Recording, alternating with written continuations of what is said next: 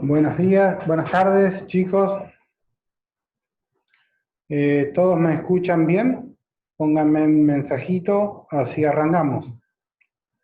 Sí, bueno, fenómeno. Estamos, ya está. Bueno, chicos, vamos a tratar de seguir hasta donde podamos, porque la verdad que los tiempos por ahí, hoy arrancamos con los chicos de primero también y siempre me quedan muy cortos los tiempos. Bueno, habíamos estado viendo el tema de números complejos y vamos a ir a las cosas que yo quiero que remarquen o las cosas que pienso que van a tener cierto grado de dificultad cuando lo vayan a leer. Nosotros habíamos dicho que acá en número complejo lo que nosotros, o lo que yo pretendo de este tema es que ustedes, obviamente, tengan el concepto, no se fijan en la parte algebraica, en el álgebra, en las definiciones algebraicas de grupos, etcétera, cuando ustedes lean el apunte, sino que sepan que es un número complejo, cómo se representa y cómo operar con ese número complejo. Con eso, por ahora, nos bastaría a nosotros, ¿sí? Entonces es fundamental que tengan en claro lo que habíamos dicho el otro día, que un número complejo se representaba a través de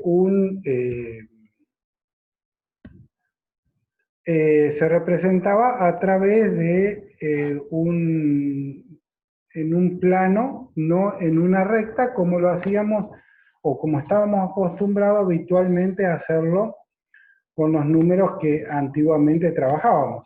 O sea que ahora vamos a tener que nosotros, sí o sí, trabajar siempre en un plano donde vamos a tener en el eje horizontal va a ser los reales, como habíamos dicho, y en el eje vertical en la parte imaginaria.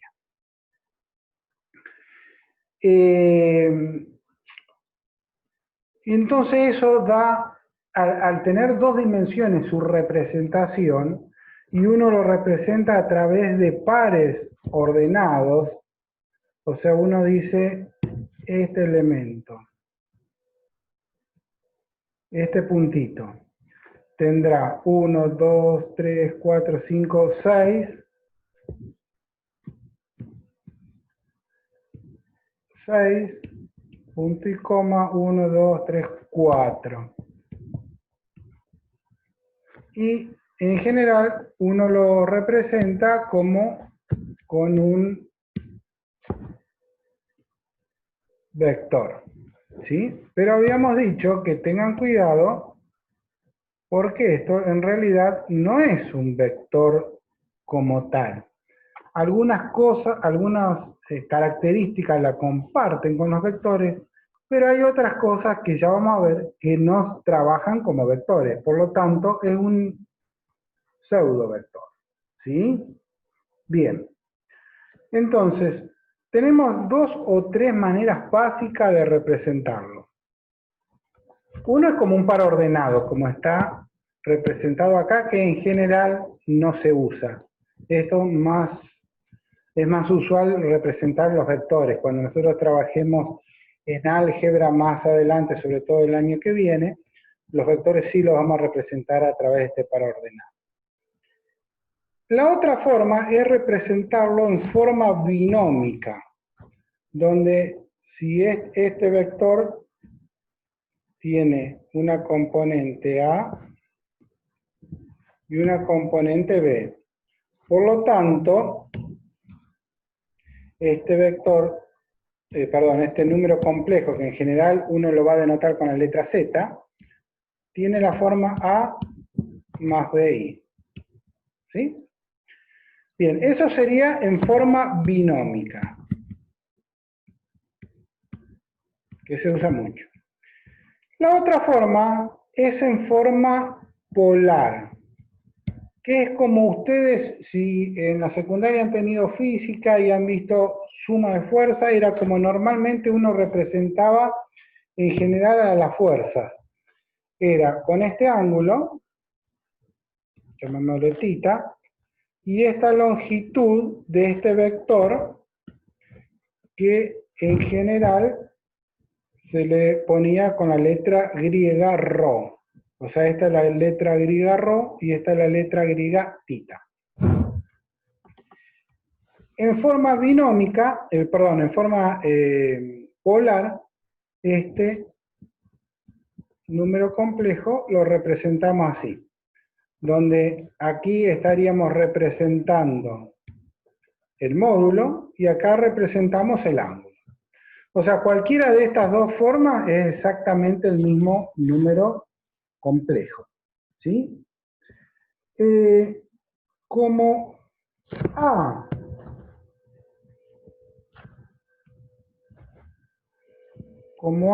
es igual a ρ por el coseno de θ y B es igual a ρ por el seno de θ,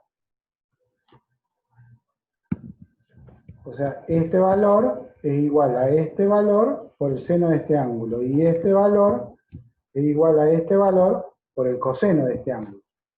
Por lo tanto, A queda igual a esto y B igual a esto. Si lo reemplazamos aquí, obtenemos la expresión en forma trigonométrica del número complejo. O sea que esta sería la polar y esta la trigonométrica, ¿sí? Y luego hay una tercera forma que luego, a través de una fórmula de Euler, que es una fórmula que nosotros nunca la hemos visto, pero se puede demostrar, a lo mejor si tenemos tiempo allá por tercero o cuarto año lo hacemos muchas veces, es que esta parte del coseno y seno se lo expresa de otra manera a través de esa famosa fórmula de Euler que se pone así.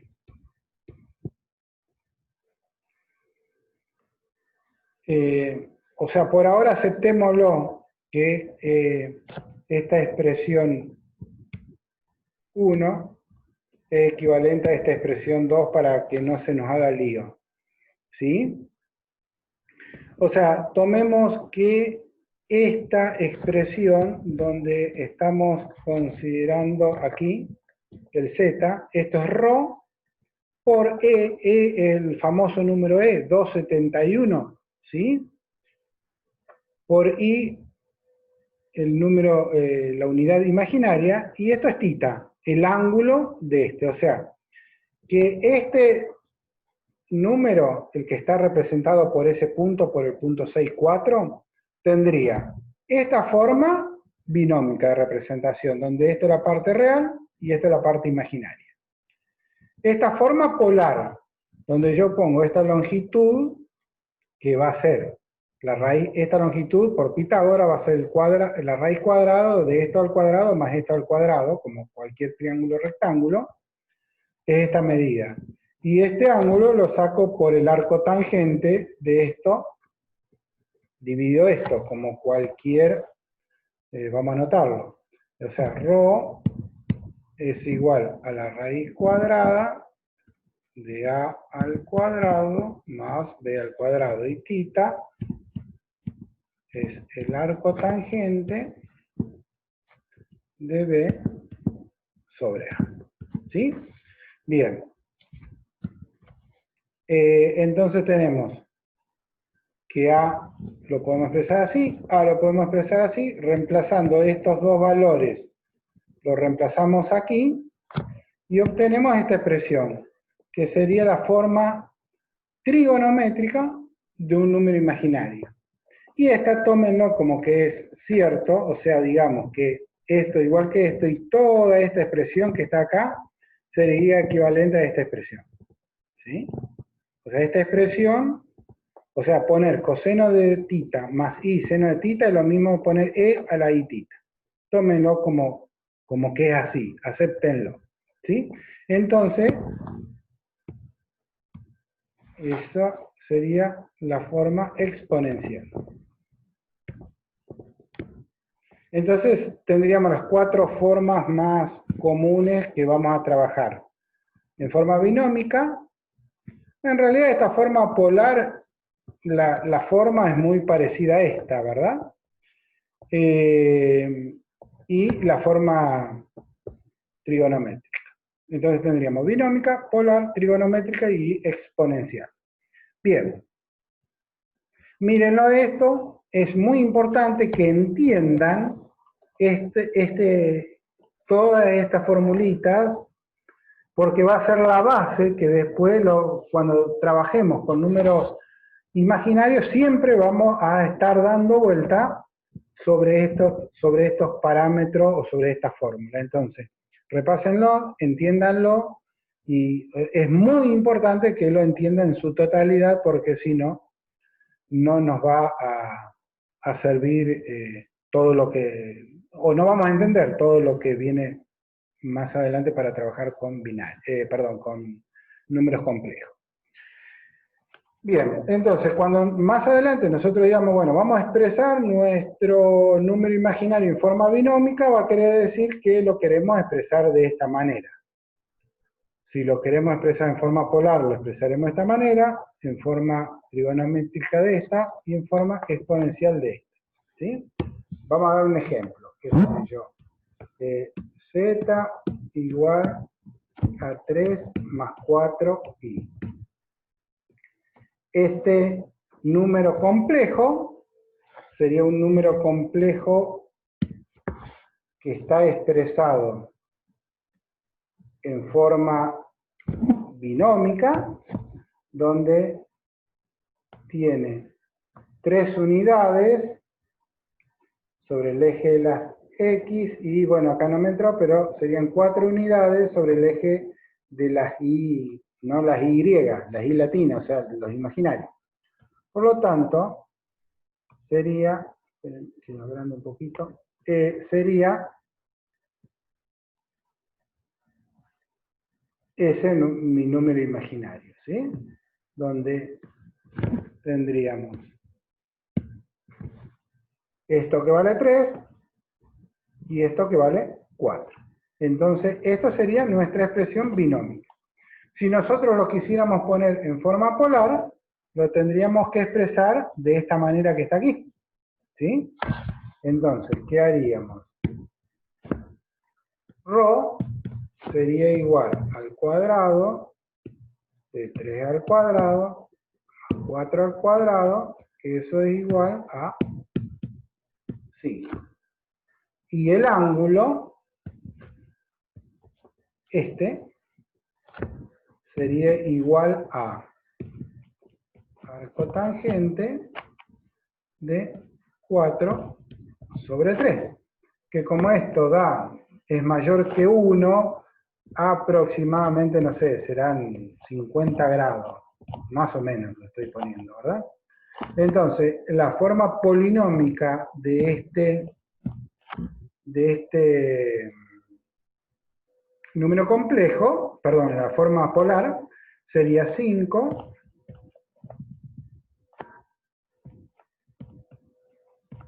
50 grados. ¿Está bien? O en su forma trigonométrica, sería 5 por el coseno de 50 grados más i por el seno de 50 grados. O en su forma exponencial, sería 5 por e a la i 50 grados. Bien. Cabe aclarar que aquí, sobre todo en esta, aquí, Estos grados siempre, acuérdense, yo lo puse acá en 50 para que les quede todo igual, pero siempre hay que expresarlo a los ángulos, no con grados, sino en radian.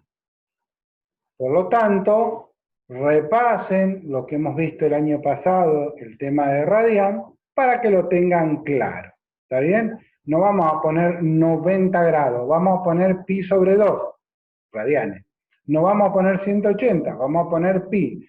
Siempre vamos a trabajar con radianes. Este valor que está aquí, lo vamos a tener que expresar en radianes, ¿sí? Para no cometer errores. Este podríamos expresarlo en grados sexagesimales que no habría drama. Pero si nosotros siempre, los ángulos, como decíamos, si nosotros en matemática o en física, que no es nuestra materia, pero si fuese física, siempre expresáramos nuestras unidades de ángulo en radianes, nunca cometemos error.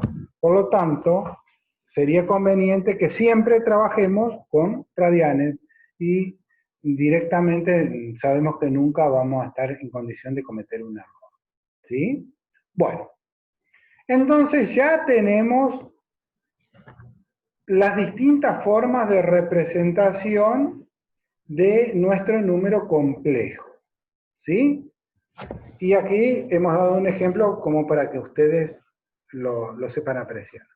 Bien, vamos a ver las 4 operaciones básicas y luego vamos a incorporar la exponenciación, la potenciación, la radicación y la logaritmación. Con eso sería suficiente para nosotros de saber de números complejos. Obviamente que número complejo no termina ahí, porque todo lo que estamos estudiando para números reales, en análisis 1, luego vamos a tener análisis 2, todo eso que hacemos para números reales podríamos repetirlo para números complejos.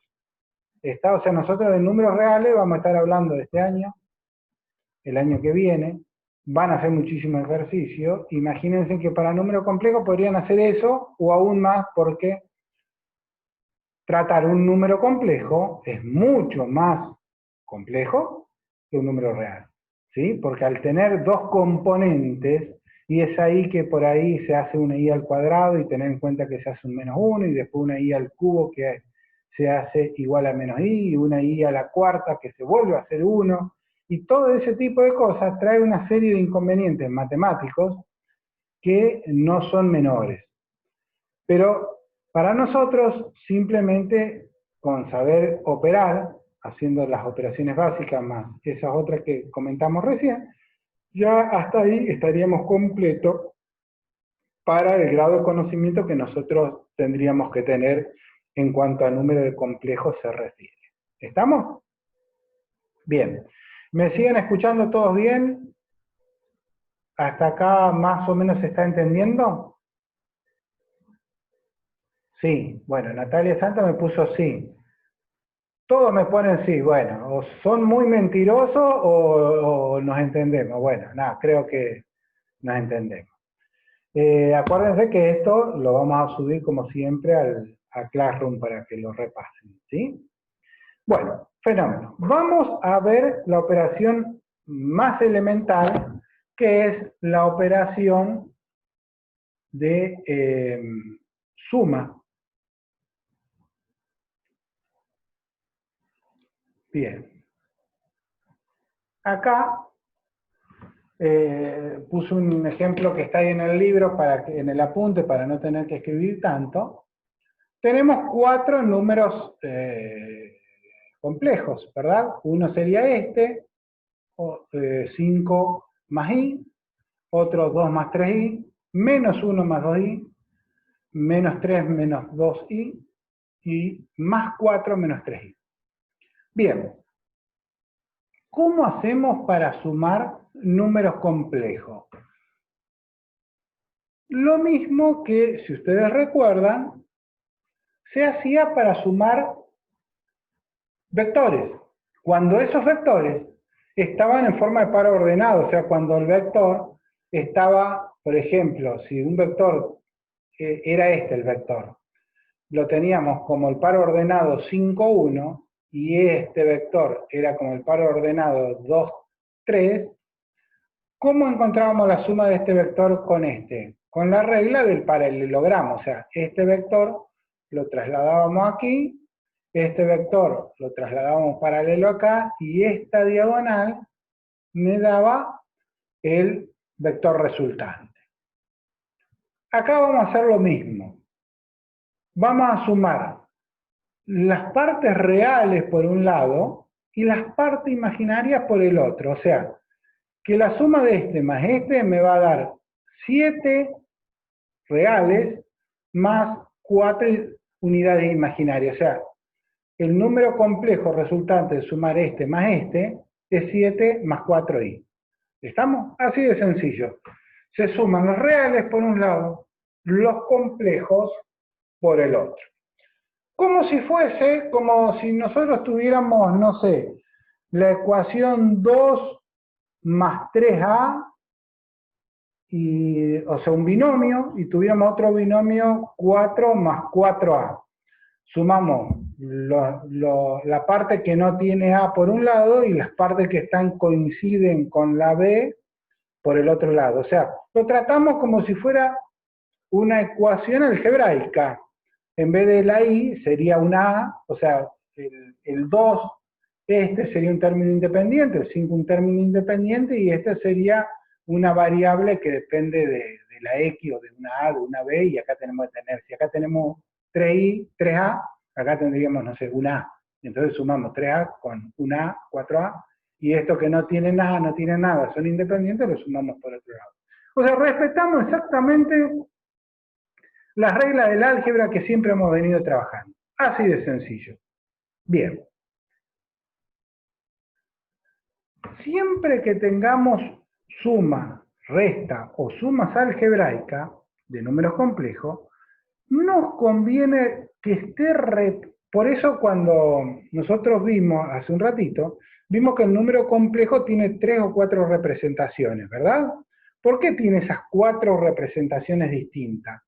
Porque hay en ocasiones que nos conviene trabajarlo, o es más fácil algebraicamente, trabajarlo de una manera que de otra. Para este caso, si nosotros tenemos que sumar, restar, o sea, hacer una suma algebraica, nos conviene tener nuestro número complejo como expresado en forma binómica, porque es mucho más sencillo su suma, ¿sí?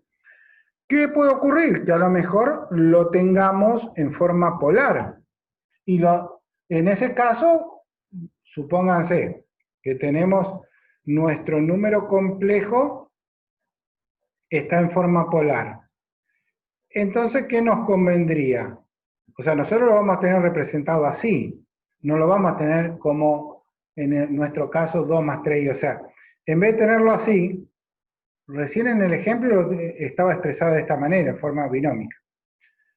Pero a lo mejor nos dan el problema y resulta que el problema nos lo dan de esta manera.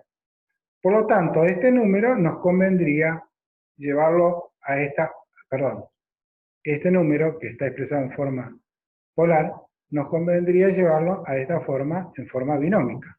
Entonces, ¿cómo encontraríamos este A y este B? Y tendríamos que hacer el ρ que nos dieron, multiplicarlo por el coseno del ángulo que nos dieron y obtenemos el A. El ρ que nos dieron por el seno del ángulo que nos dieron y obtenemos el B, y con A y B formamos este binomio, digamos, ¿sí? En nuestro caso, que nos dieron así, en este ejemplo, nos van a haber dado el 3 y el 4i. Si por H o por B quisiéramos llevarlo a esta forma, pues ¿qué tendríamos que encontrar? El ρ y el θ. El ρ dado A y B, ¿cómo lo obtenemos? Con esta fórmula. Hacemos el cuadrado de uno más el cuadrado del otro, raíz cuadrada, obtenemos el ρ. El arco tangente de B sobre A, obtenemos el θ, y de esta forma lo llevamos para aquí. Teniéndolo de esta forma, es muy fácil expresarlo así, y teniéndolo de esta forma, es muy fácil expresarlo así. O sea, que dicho de otra manera, cualquier número, como decíamos, lo podemos expresar en cualquiera de las formas que a nosotros más nos convenga. ¿Sí? Por lo tanto, si tenemos 2, 3, n números complejos, su suma algebraica no representa ninguna complicación. ¿Está? Bien. ¿Qué ocurre si nosotros, en vez de tener,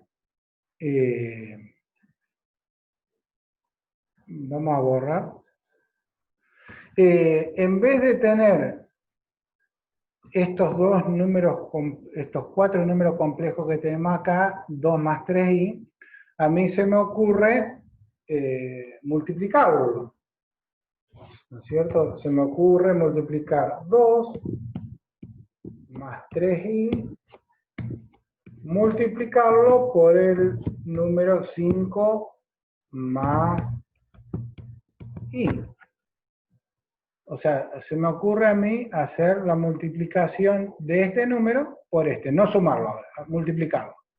Bien, vuelvo acá. Entonces, ¿qué tendría que hacer? Multiplicar este número por este número. ¿Cómo hago para multiplicar ese número por ese número? Hago como siempre hacíamos nosotros en... como si esto fuese un binomio y esto un binomio. O sea, como si exactamente tuviéramos, no sé, el binomio 2 más 3a por el binomio 5 más a. En ese caso, ¿qué tenemos que hacer? Será distributiva este por este, más este por este, más este por este, más este por este. ¿Verdad? Bien, acá hacemos lo mismo. O sea, trabajamos nuestro número complejo como si fuera un binomio. ¿Qué vamos a tener que hacer? 2 por 5 más 3i por 5 más 2 por i más 3 por i por i. ¿Estamos? Bien. 2 por 5, 10. 3 por 5, 15. 15i. Más 2i. Y acá es lo que tenemos que ver. Acá tenemos que hacer 3 por i por i. I por i es i al cuadrado. I al cuadrado es menos 1. Por lo tanto, esto es menos 3. ¿Sí? 3 por i es menos 3. Luego nos quedaría, ahora este número ya no es más un número complejo. Esto que está acá, esto no es un número complejo. Esta partecita es un número complejo, pero esto también es un número complejo o un número imaginario. La multiplicación de dos números complejos no necesariamente es un número complejo. ¿Estamos? O sea, si yo sumo dos números complejos, no necesariamente me tienen que dar dos números complejos. ¿Sí? Hay veces que me puede dar un número complejo o me puede dar un número real. Cuando yo multiplico dos números complejos, no necesariamente me tiene que dar un número complejo. En algún caso me puede dar un número complejo, o sea, yo multipliqué este complejo con este complejo y el resultado es muy probable que me dé un número complejo, pero no necesariamente. ¿Estamos? Y cuando multiplicamos solamente partes imaginarias con imaginarias, no siempre nos da un número complejo. De hecho, es lo que habíamos estado viendo los otros días. I por i, dos números reales, es un número, dos números imaginarios y un número real. ¿Sí? Bien. Entonces, el resultado aquí sería que esto sería 7 más 17i. ¿Estamos? Ese sería el resultado de multiplicar el número complejo 2 más 3i por 5 más i. El resultado es 7 más 17. El número complejo 7 más 17i. ¿Sí? Bien. ¿Qué ocurre si tengo, en vez de 2 números complejos, 3 números complejos, 4, n números complejos? Vuelvo a siempre hacer la misma operación respetando las reglas del álgebra que nos habían enseñado. La única particularidad nueva que acá siempre tenemos que tener presente, que siempre un número complejo se expresa como una parte real más una imaginaria, pero nunca puede estar un i al cuadrado, un i al cubo, un i a la cuarta. Siempre es algo sin i y algo con i, pero no puede estar i al cuadrado, porque si aparece el i al cuadrado, automáticamente lo tenemos que poner como -1. Y si aparece un i al cubo, automáticamente lo tenemos que poner como i al cuadrado por i al cuadrado es -1 por i, me queda menos i. O sea, si me queda un i al cubo, directamente tengo que poner menos i. No lo dejo expresado como i al cubo, lo dejo como menos i. Y si en algún momento tuviera un i a la cuarta, i a la cuarta es i al cuadrado por i al cuadrado, -1 por -1 más 1, no puedo dejar i a la cuarta, sino que tengo que dejar +1. O sea que nunca en la expresión final voy a tener una i que esté elevado más que a la 1. No puedo dejarla como i al cuadrado, i al cubo, o la potencia que yo diga. ¿Por qué digo eso? Porque si yo en vez de tener, como en este caso, 2 números complejos, hubiese tenido 3 números complejos, en algún momento tenía que hacer esta por la otra i.